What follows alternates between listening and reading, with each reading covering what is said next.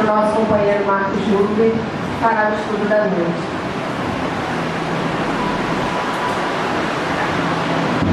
Boa noite a todos, Sempre um prazer estar com vocês. Apesar que eu estou sempre às segundas-feiras à noite, só que a nossa salinha é lá embaixo, na sala da mocidade, e hoje, especialmente, nós estamos aqui para encerrar esse momento de trabalho da nossa casa, da evangelização, e também participando com vocês nessa grande festa, e com certeza a nossa casa está envolvida com os amigos espirituais aqui presentes.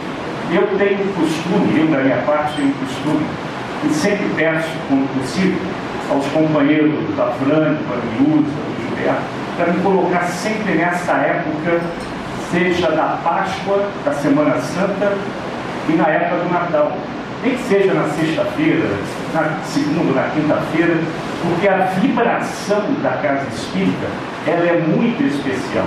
Não só a nossa casa, todas as casas e principalmente o nosso planeta. Nesse mês de dezembro, é o mês em que a espiritualidade superior mais se aproxima da Terra, segundo o nosso Chico Xavier.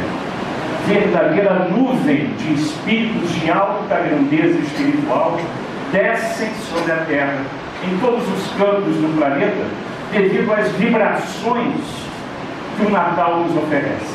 Mesmo que estejamos passando por pensamentos voltados para os presentes, como será a nossa mesa na ceia do Natal, do dia 24 para o dia 25? Será que eu comprei todos os presentes? Será que eu preparei tudo? Está tudo certinho para o Natal?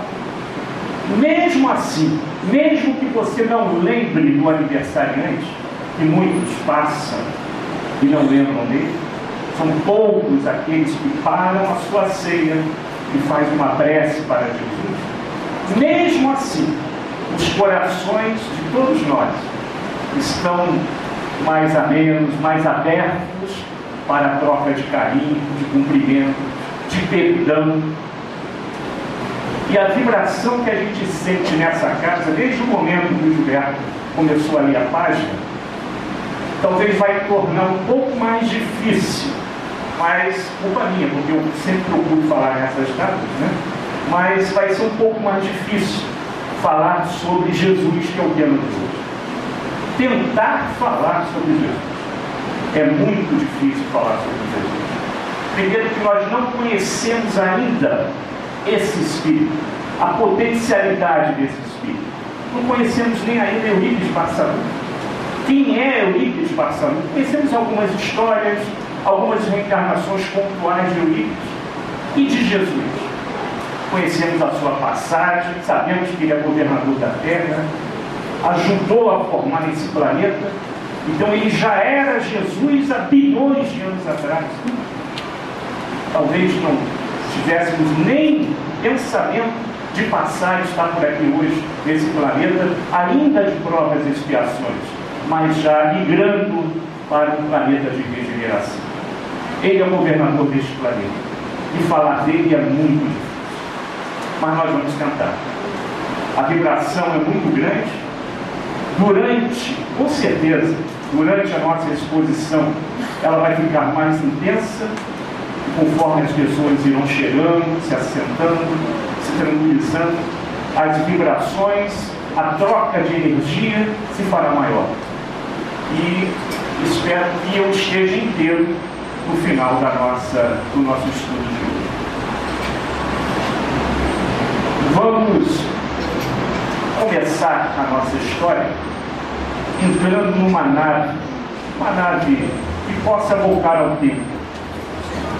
Vamos entrar nessa nave e vamos tentar voltar 2000 anos atrás, conhecendo uma região, conhecendo uma terra que ainda hoje é castigada pela guerra, pela incompreensão,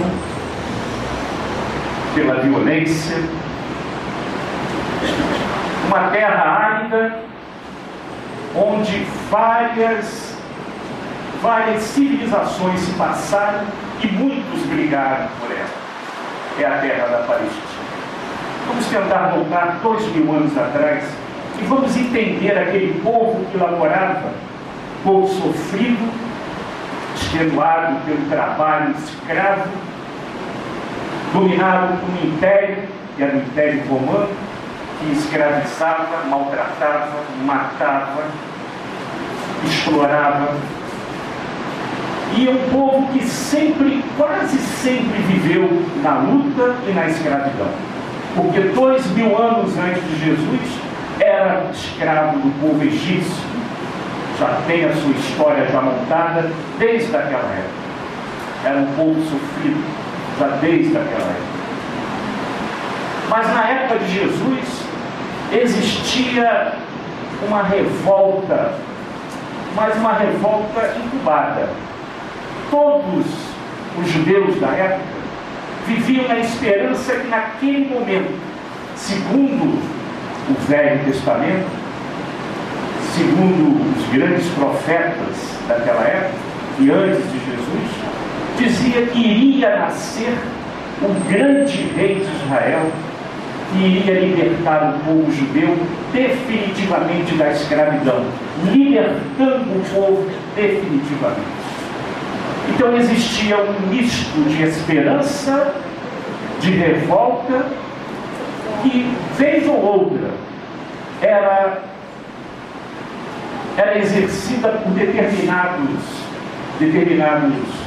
cidadãos da Galileia, que eram mais intemperados, que partiam realmente para a agressão, para matar, dentre eles os zelotas. Os zelotas, dentre esses da tribo de Israel, fazia parte um homem que se chamava Barrabás. Esse bem revoltado, patriota, diziam alguns. Patriotas são os zelotas, porque querem defender o povo judeu e querem libertar, expulsando os inimigos que naquela época eram os romanos. Barrabás e seus comparsas, dito por alguns como ladrão, mas por outros, muitos outros, por herói daquele povo, ele matava soldados romanos em emboscadas pré-programadas naquelas ruas estreitas da Palestina, esperando que a dupla de legionários passassem por ali e atacavam e matavam os romanos. Fez isso várias vezes. E pelo povo de Roma, pelo próprio imperador César, ele era o inimigo número 1 daquela cidade e tinha que ser pego, custe o que custasse. Foi esse período em que Jesus estava vivendo. Jesus já estava aí com seus 30 e poucos anos, já convivendo com essa atmosfera de revolta e de esperança. E poucos foram que entenderam a missão de Jesus. Poucos foram aqueles que entenderam o que Jesus estava entre nós. Foram poucos, porque a maioria não aceitava Jesus como aquele que os profetas já falavam há muitos anos atrás. Viria um verdadeiro rei com uma espada na mão, que iria dizimar todo o exército inimigo, libertar o povo, vestindo ouro e púrpura. Mas que rei era aquele que nasceu numa manjedoura, onde os animais se alimentam? Foi o último lugar que os seus pais encontraram para que ele pudesse nascer.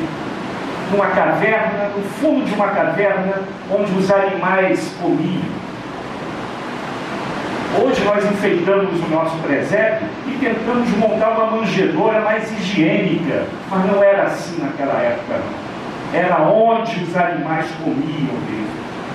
E dizem alguns historiadores com o resto de comida no local, além da palha que estava ali. Que rei é esse que nasce numa manjedoura e não num berço preparado para a sua realeza?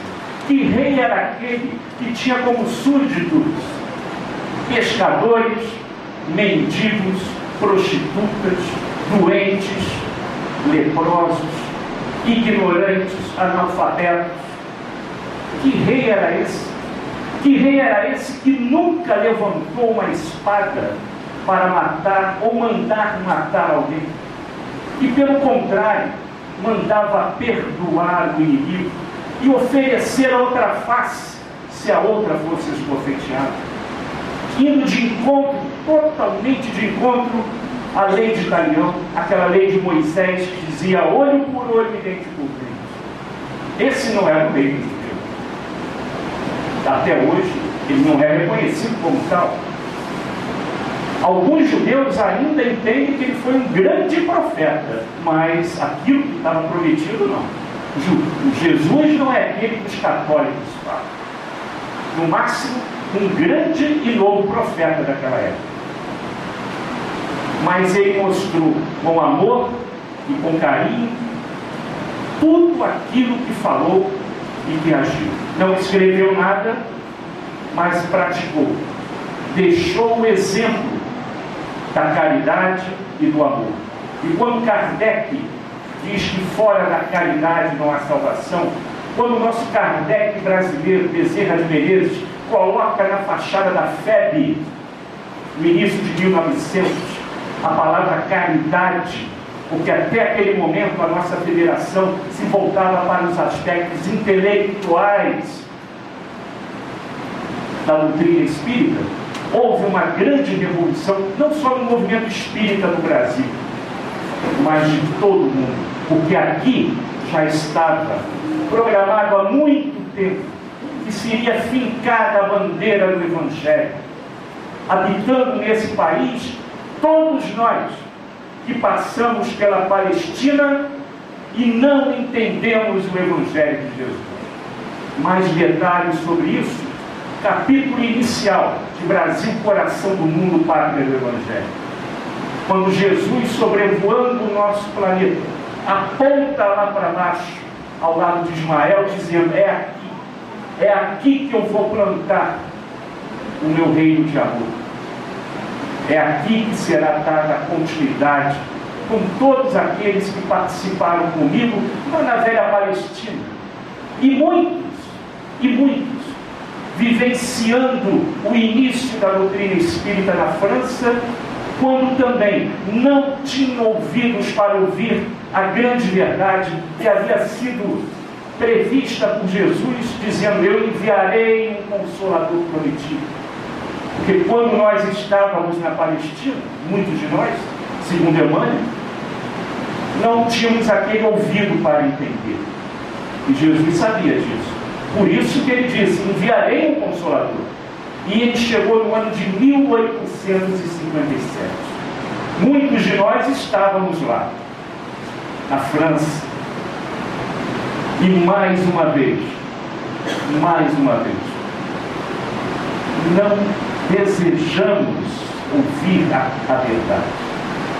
E de joelhos, na erraticidade, antes de reencarnar no Brasil, agora, nessa reencarnação, de joelhos, pedimos por amor a Jesus que Ele nos desse essa oportunidade de reencarnar no Brasil, para que pudéssemos conhecer as verdades de Jesus, dando a cada um de nós que estão nesse momento nesta casa, em outras casas espíritas ou cristãs do Brasil, a oportunidade de conhecer o seu verdadeiro Evangelho.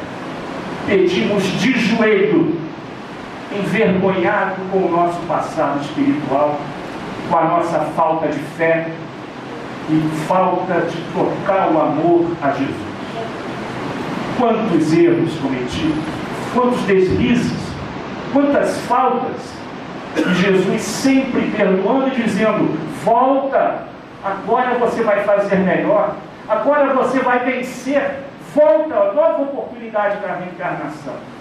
E mais uma vez perdemos a oportunidade.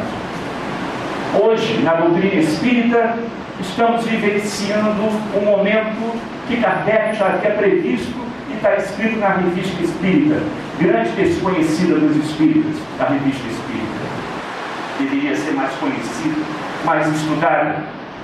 Na Revista Espírita, Kardec diz que esse momento que estamos vivendo, da entrada do terceiro milênio, seria um momento de realização da prática da doutrina espírita, do fazer. Já acabou a época das filosofias, das conjecturas, da ciência pela ciência, ciência pelo trabalho, o estudo pelo trabalho, a filosofia pelo trabalho. Estamos no momento de fazer. Quem ainda vai em casas espíritas procurando manifestações espirituais está 120 anos atrasado no tempo. Quem vai em busca apenas de discutir filosofia, se é assim, se não é não, está 130 anos atrasado. Caso queira encontrar isso, ainda existem lugares que façam. Mas não é mais um momento propício. O momento é do trabalho. E por isso pedimos para reencarnar. E ninguém está nessa casa por acaso. Ninguém chegou aqui por acaso. Seja pela dor ou para conhecer a verdade, vocês aqui chegaram. Em busca do aprendizado, para abrir a nossa mente em relação à verdade do mundo espiritual. E tudo isso que falamos nessa casa, onde prezamos, e com muito prazer falamos isso, a pureza doutrinária, resgatando Kardec e lembrando Kardec a todos os instantes, tudo que falamos nessa casa era o que Jesus falava naquela época, onde nós não tínhamos ouvidos para ouvir. Tudo.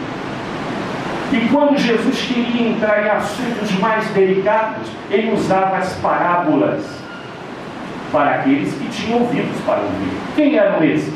Segundo o nosso Chico, no livro Boa Nova, no penúltimo capítulo, ou o último, acho que é penúltimo, vemos lá os 500 da Galileia, 500 pessoas que se reuniam com Jesus para ouvir as suas palestras e para divulgar a sua doutrina assim que ele desencarnasse. 500 pessoas. Um dos últimos capítulos do livro Boa Nova, não me engano, é o penúltimo capítulo.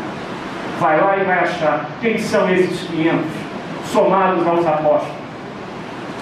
Ele pegou pelo caminho e ninguém chegou ali também por acaso. Eram espíritos programados para aquela missão. Muitos anos-luz à nossa frente. Até mesmo aquele Barrabás que eu me referi, hoje ele não é mais aquele espírito. Talvez seja até muito mais evoluído do que muitos que aqui estão. Já entendeu o erro, mas ele cometia aquele erro, como nós cometíamos, talvez naquela época também, por ignorância. No caso de Barrabás, ele fazia aquilo sabendo que aquilo para ele era o correto. A mesma coisa fazia Saulo de Tarso. Ele achava que aquilo era o certo e tinha que defender a lei de Moisés. Por isso que ele era escalado para isso. Ele era, como se hoje pudéssemos dizer, a polícia ética daquela época, onde ele ia de encontro àqueles que simplesmente rejeitavam ou condenavam tudo aquilo que estava no Pentateuco mosaico. Prendia e às vezes matava, porque ele achava que estava certo.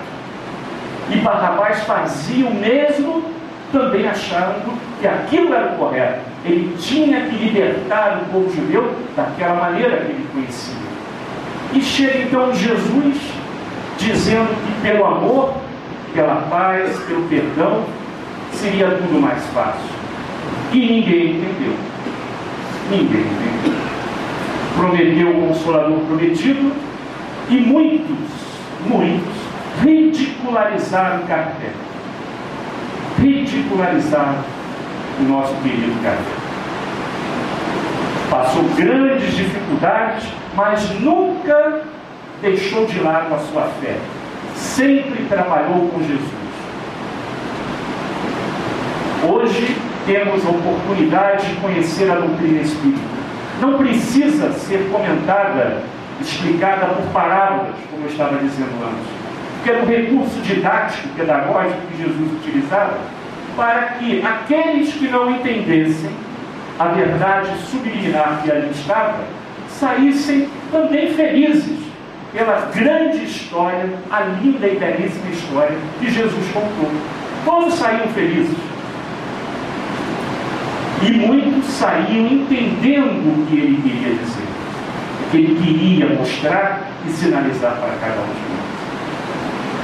E nessa trajetória, encarnação após encarnação, continuamos a cair nos nossos erros, nos nossos medos, reencarnando na Europa em várias épocas, na alta ou na baixa Idade Média, envolvidos nos salões nobres da velha França ou da Europa medieval, permutando papéis, porque a doutrina espírita nos explica isso através da reencarnação, e nunca digam e nunca aceitem quando falarem para vocês que a doutrina espírita diz que a reencarnação é castigo de Deus. Nunca admitem tal coisa. Reencarnação não é castigo, é oportunidade de crescimento e de aprendizado. Nós erramos porque optamos de forma errônea através do nosso livre-arbítrio. Tivemos a oportunidade de escolher o certo ou o errado, mas o nosso livre-arbítrio escolheu a porta larga. É muito mais fácil de passar, é muito mais prazerosa. E quantas encarnações passamos por ela? E os amigos espirituais nos aconselhando: não vá por aí, não vá por aí. Ah, mas eu quero ir. Eles respeitam. Tem uma passagem no Livro dos Espíritos que Kardec questiona a postura do anjo da guarda, do anjo guardião. E está lá bem claro: ele respeita o seu livre-arbítrio, ele te orienta, mas eu quero ir por aí, tudo bem, eu vou me afastar, você continua indo, mas ele não se separa, ele acompanha, vai ver cair e vai ajudar a levantar. Se você quiser também a ajuda dele. Não é à toa que ainda estamos num planeta de choro e de ranger de Deus, de provas e expiações, de tanta maldade, tanta violência. Fomos nós que escolhemos ficar aqui.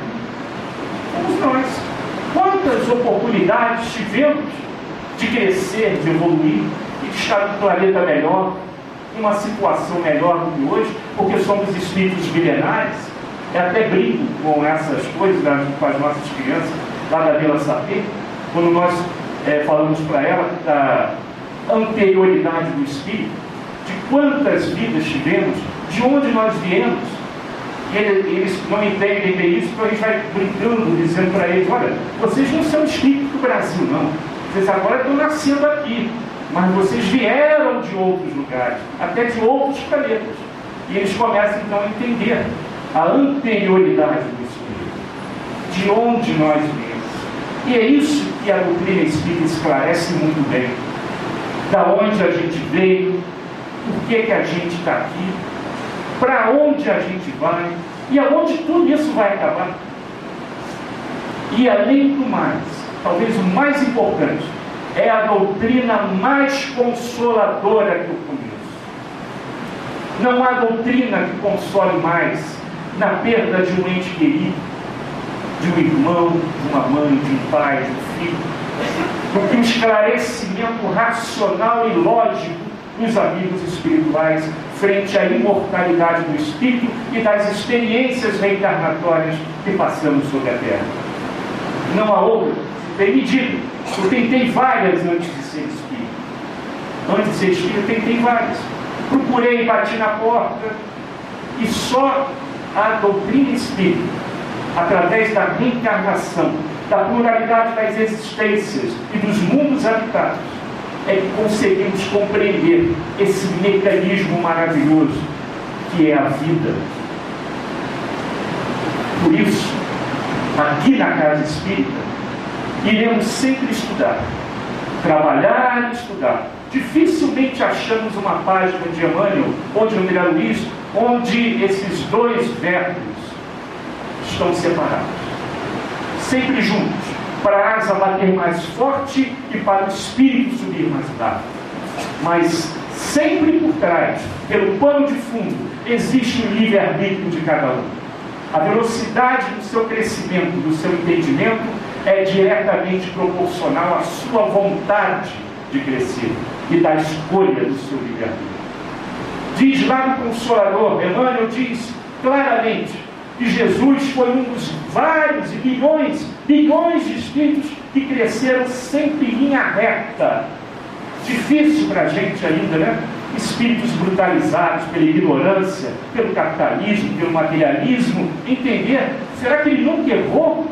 Nunca cometeu um erro? Jesus nunca errou? Nunca, está escrito lá no Consolador. Evoluiu em linha reta. E como ele, milhões, bilhões, trilhões de espíritos iguais a ele, já que é infinita a criação desde lá de trás, e lá para frente também continuar a ser infinita a criação de Deus, sabemos que existem muitos espíritos iguais a Jesus, que sempre escolheram o caminho do bem. Nós escolhemos, como eu costumo dizer nas nossas reuniões, escolhemos evoluir em linha sinuosa. Vai chegar lá, mas vai demorar um pouco mais. Porque desde a escolinha em que eu frequentava lá o antigo primário, a minha professora de matemática dizia que a melhor forma de chegar entre dois pontos é por uma linha reta, a forma mais rápida de chegar entre dois pontos, e não por linha sinuosa. Você escolhe o seu caminho, e Jesus estará sempre ao seu lado. Ele entende que cada um de nós somos crianças espirituais. Uma criança não tem noção do que está fazendo. Ao pegar esse copo, ela vai empurrar até jogar no chão, quebrar, espatifar. Ela não tem nem ideia do que está realizando. Talvez assim somos nós. Crianças espirituais. Quem fala isso é André Luiz e Emmanuel, com palavras diferentes. Crianças espirituais. Temos muito que crescer, mas poderemos chegar a Jesus, porque Ele falou: tudo que eu faço, vós podereis fazer. Vós sois deuses. Porque quando chegarmos ao estágio de Jesus, de um espírito crístico puro, da primeira ordem, segundo Kardec no Livro dos Espíritos, estaremos trabalhando com Deus, participando da criação ao lado de Deus.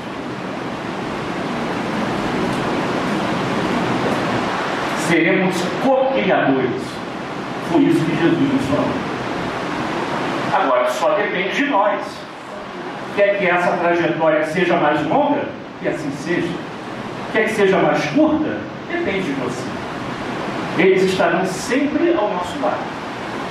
E quando uma prece sincera, corta o espaço infinito e chega até o nosso Criador, segundo os amigos espirituais, nenhuma prece deixa de ser respondida, estaremos na nossa consciência em condições de receber essa resposta.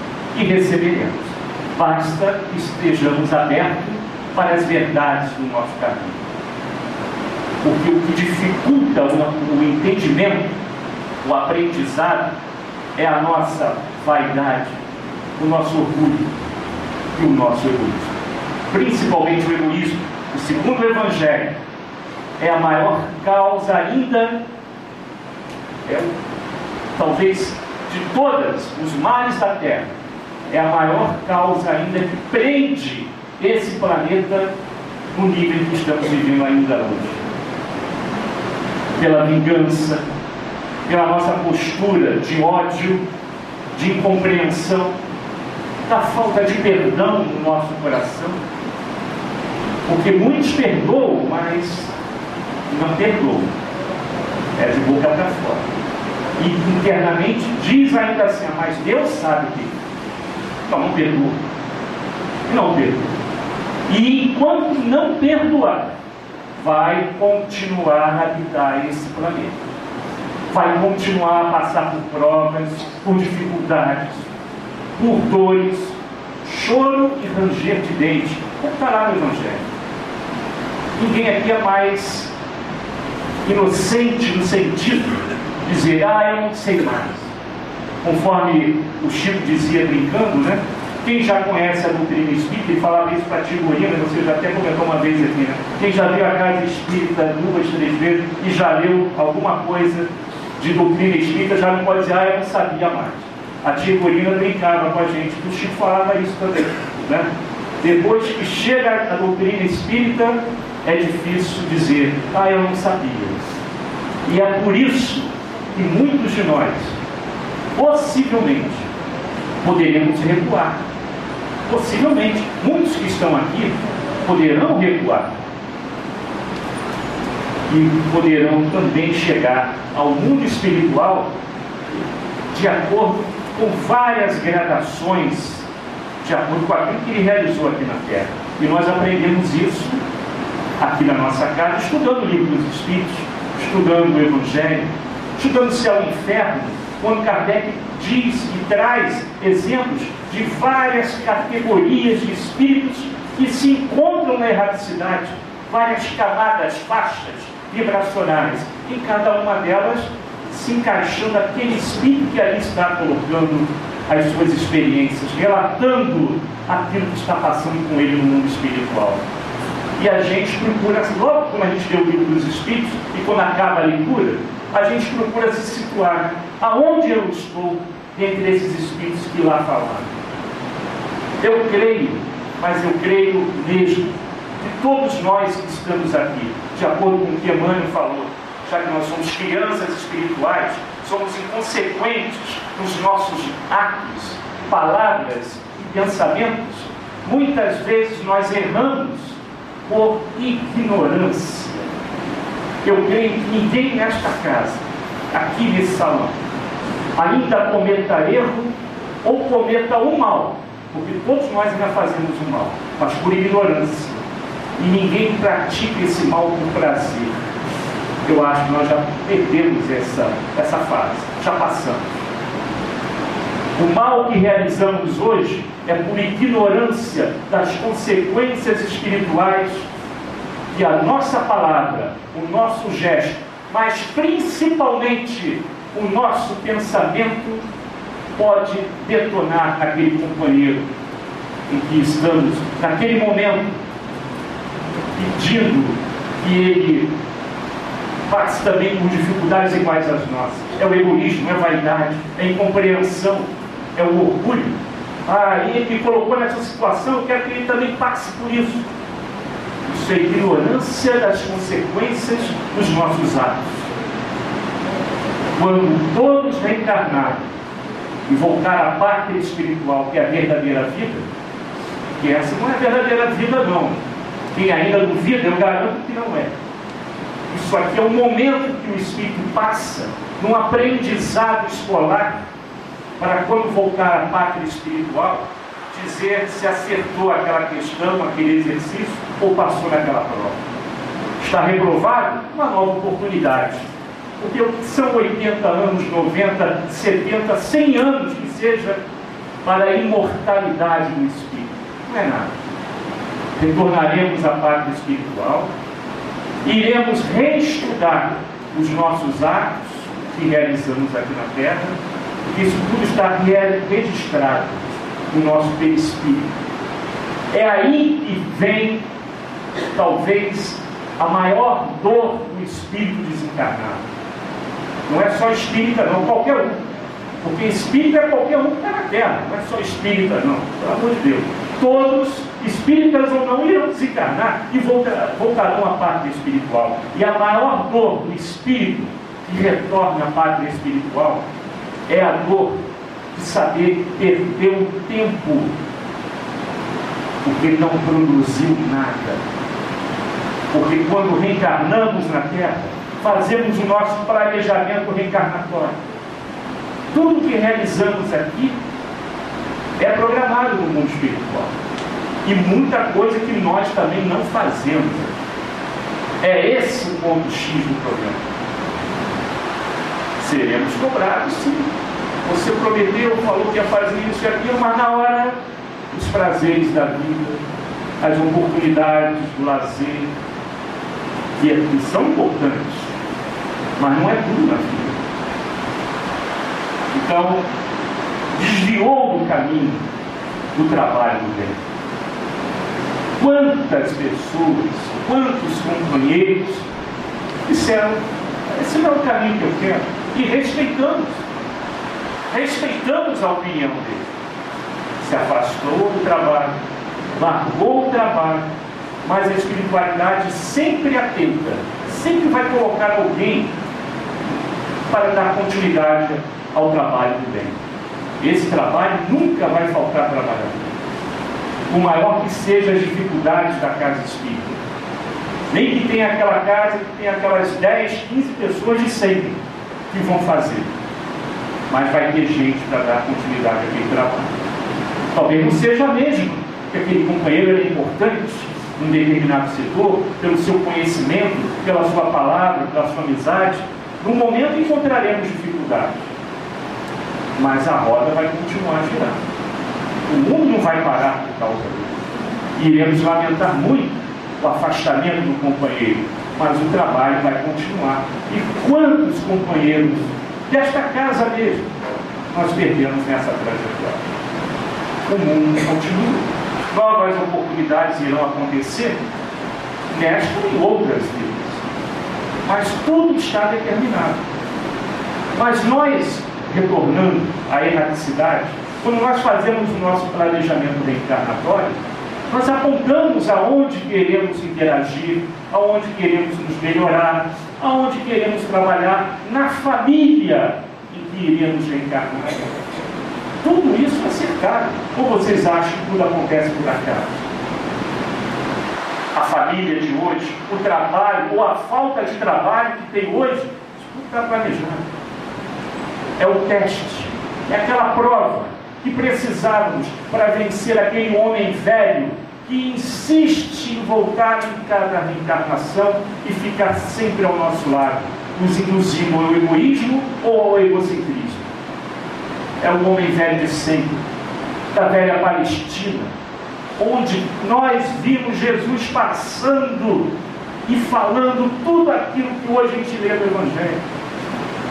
E fingíamos não entender. Fingíamos, porque o que Jesus pedia de cada um de nós era apenas o que a doutrina espírita também pede: reforma íntima. Porque não existe diferença, repito aquilo que eu falei no início, em o que Jesus falou e o que a doutrina espírita traz, levantando o véu de vários e vários anos, onde a nossa história, na Idade Média principalmente, estava encoberta pelaquela nuvem negra da brutalidade e da ignorância. A doutrina espírita chega, levantando o véu e mostrando tudo aquilo que Jesus falava naquela época, com os apóstolos, com os 500 da Galileia, nos encontros na casa do caminho, onde ali foi realizado o primeiro culto cristão lá, na casa de Pedro. Quanta coisa a doutrina nos trouxe, resgatando a pureza da mensagem de Jesus. E agora nós temos condições de entender. Temos sim. Tem a oportunidade dos livros, não só de Kardec, mas as obras do Divaldo, do Chico, mais de 600 livros do Chico. Iremos todos reencarnar e não vamos ler muito mais do que algumas poucas obras. Tudo é impossível, mas iremos continuar no mundo espiritual a estudar. Esta mesma casa tem, no mundo espiritual, um local de estudo, onde nós, quando adormecemos, muitos de nós nos encontramos para dar continuidade aos estudos dessa casa, para as atividades do trabalho do bem, nos hospitais que aqui existem no mundo espiritual, no mundo invisível, que a gente não vê, mas que alguns médicos já nos relataram, que o infinito do corredor perde de vista os leitos. E existem grupos de estudos onde, pelo merecimento de cada um, pela sua postura na hora do sono, de ler uma página benfazeja do Evangelho, ou de não esquecer de fazer uma prece, é trazido imediatamente para cá, para dar continuidade ao seu aprendizado, ao seu trabalho voluntário. Quanta coisa a doutrina nos ensina, quanta coisa ela nos consola, dizendo que a morte não existe, e podemos afirmar textualmente que a doutrina espírita matou a morte. Sabemos, pelas comunicações dos nossos queridos que já desencarnaram, que eles estão vivos ao nosso lado, trabalhando e se preparando para o trabalho, se reeducando, muitos ainda se recuperando da grande travessia para o mundo espiritual, alguns ainda acamados, se recuperando, mas em breve estarão trabalhando ao nosso lado. Não há mais conforto espiritual para um pai, uma mãe, um filho, sabendo que o seu ente querido está vivo. E tudo isso Jesus falava para nós na velha Palestina. Repito, talvez era importante para a gente fingir que não entendia aquilo que ele dizia. Como perdoar o inimigo? Ele está indo de encontro à lei de Moisés. Então ele é inimigo da lei mosaica. Vamos denunciar os doutores da lei. E assim foi armado o conluio, onde Judas entrou, como dizemos na gíria, entrou de gaiato. Depois que ele viu a besteira e a forma como ele foi comandado, como ele foi utilizado pelos aqueles nobres doutores da lei para levar até Jesus, ele se viu arrependido, tremendamente arrependido. Mas ele foi escolhido por Jesus porque ele merecia, e estava também programado aquela escolha, ser um espírito de grande ternura e de grande vontade também de se mudar. Ele já estava programado no mundo espiritual. E Jesus sabia tudo. Sabia tudo. Todos que ali estavam naquele momento participavam daquele grande banquete de luz. E nós, infelizmente, passamos ao lado.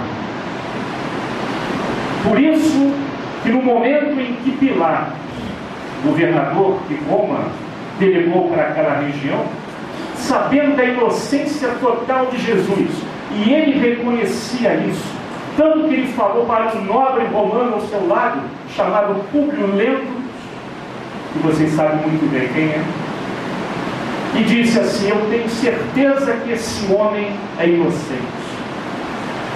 Então ele engendrou o último recurso possível, porque também os doutores da lei estavam armando por trás toda aquela parafernália. Aquilo tudo estava já combinado. Quantas vezes Jesus foi a Herodes e voltou a Pôncio Pilatos? 3 vezes, foi e voltou.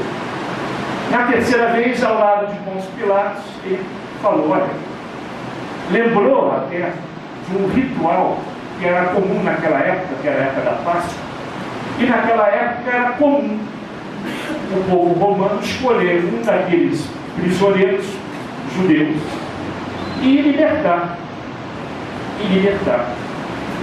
como se fosse um carinho que Roma faria com aquele povo. E ele, sabendo da total inocência de Jesus, chama então Barrabás, aquele que nós comentamos no início.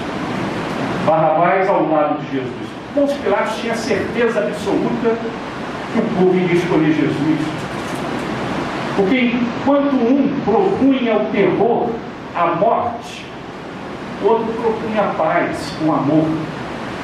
Mas nós estávamos lá, já repeti isso umas 4 vezes, textualmente sabíamos que se escolhêssemos Jesus, teríamos muito trabalho, porque reforma íntima não é uma coisa que se faz da noite para o dia. Quantas encarnações nós já tivemos desde aquela época? E por que nós não nos modificamos ainda? Por que um homem velho insiste estar ao nosso lado. Por que nós não mudamos? Porque é difícil. É muito difícil. E aí entra o problema do orgulho e do egoísmo. É muito difícil. Principalmente quando temos que mudar a nossa zona mental, ou o nosso hálito mental, como diz André Luiz. As vibrações mentais. É muito difícil. Por isso nós vamos evoluindo, sim, mas devagarzinho, degrau a degrau. Somos espíritos hoje muito melhores do que éramos antes. Mas ainda temos muito que crescer. Muito, mas crescemos. Hoje já conseguimos, pelo menos, chegar numa casa como essa. Já conseguimos entrar, sentar, escutar, estudar. Coisa que recusávamos antes. Já é um ponto de crescimento. Ou em outra doutrina qualquer, outra religião qualquer, porque só o espírita é um privilegiado. Quantas pessoas nobres, de bom coração, existem em outras religiões, em outras seitas? Quem disse que por ser espírita seremos libertos de todos os nossos males do passado? Não. Teremos sim compreensão, veremos a verdade, e essa verdade é que nos libertará. Mas para isso, reforma íntima.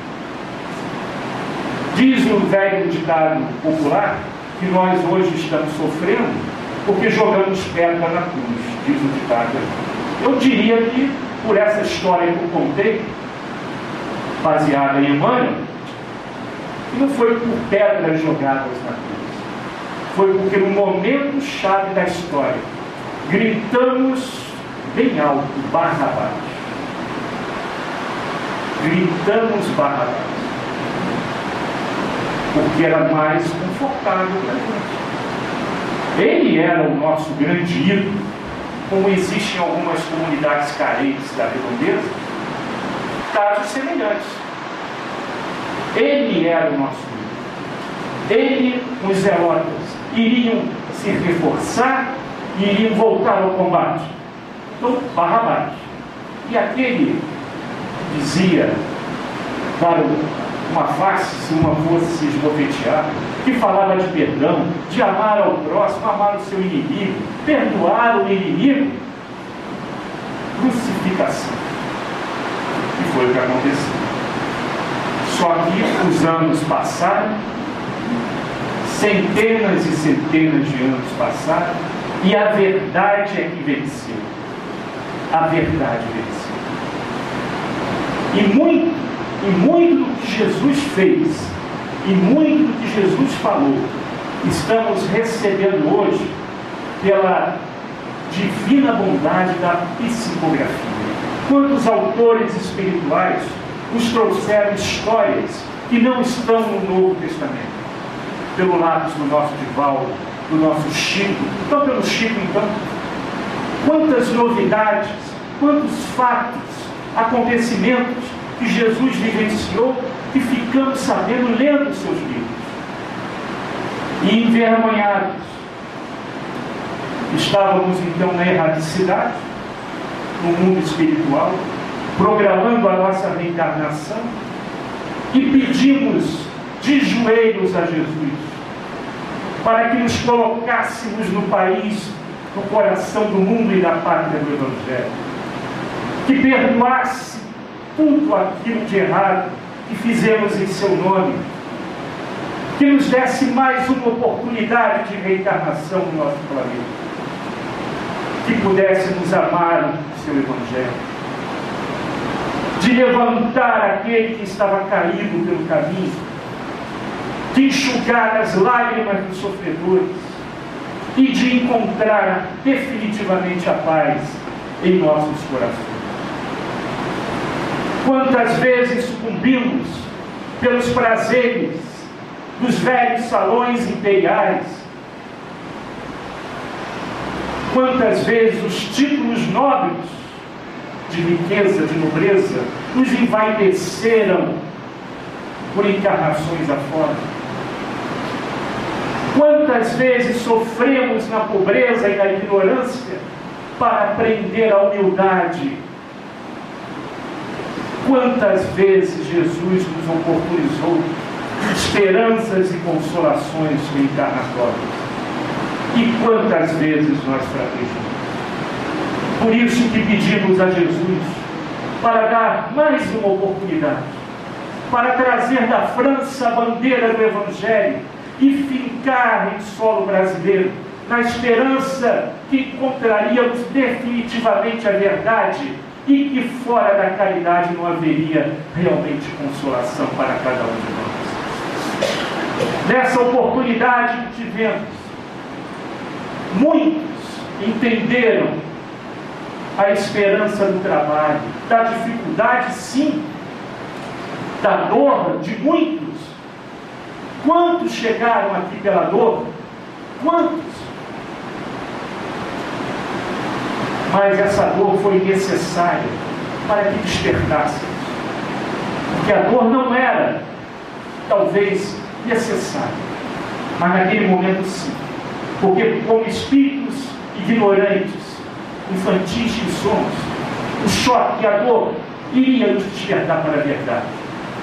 Mas, repito, reencarnação não é castigo. Reencarnação é oportunidade de aprendizado. E a doutrina espírita explica muito bem como isso aconteceu em nossas vidas passadas. Trocando os papéis. A reencarnação apenas troca os papéis, dizendo: ah, você falava isso? Então fica do outro lado. Vamos ver se você consegue. E assim nós vamos trocando os papéis e vamos aprendendo, vida após vida, pouquinho que seja, mas vamos aprender. Hoje chegamos à verdade do Evangelho. O véu foi levantado em 1857. O Consolador prometido veio.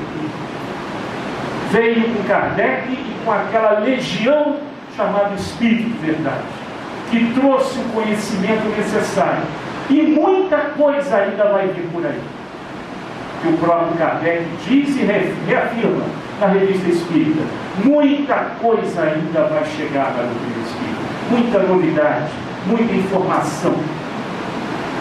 E estamos preparados para isso? Estamos dando continuidade àquilo tudo que prometemos na erradicidade? Se nem na época do Natal, como eu falei logo no início da nossa reunião, nós esquecemos um aniversariante, nem uma prece nós fazemos a ele, se nem um culto do lar nós realizamos semanalmente, não tem algo errado aí? Ah, eu me sinto muito bem na casa de Eurípides. Mas você pode ter essa tranquilidade, essa paz, também dentro do teu lar, fazendo um culto doméstico do lar, por que não? Leva para lá uma sementinha que plantamos aqui, através do culto do Evangelho do lar. E no Natal, pense em Jesus.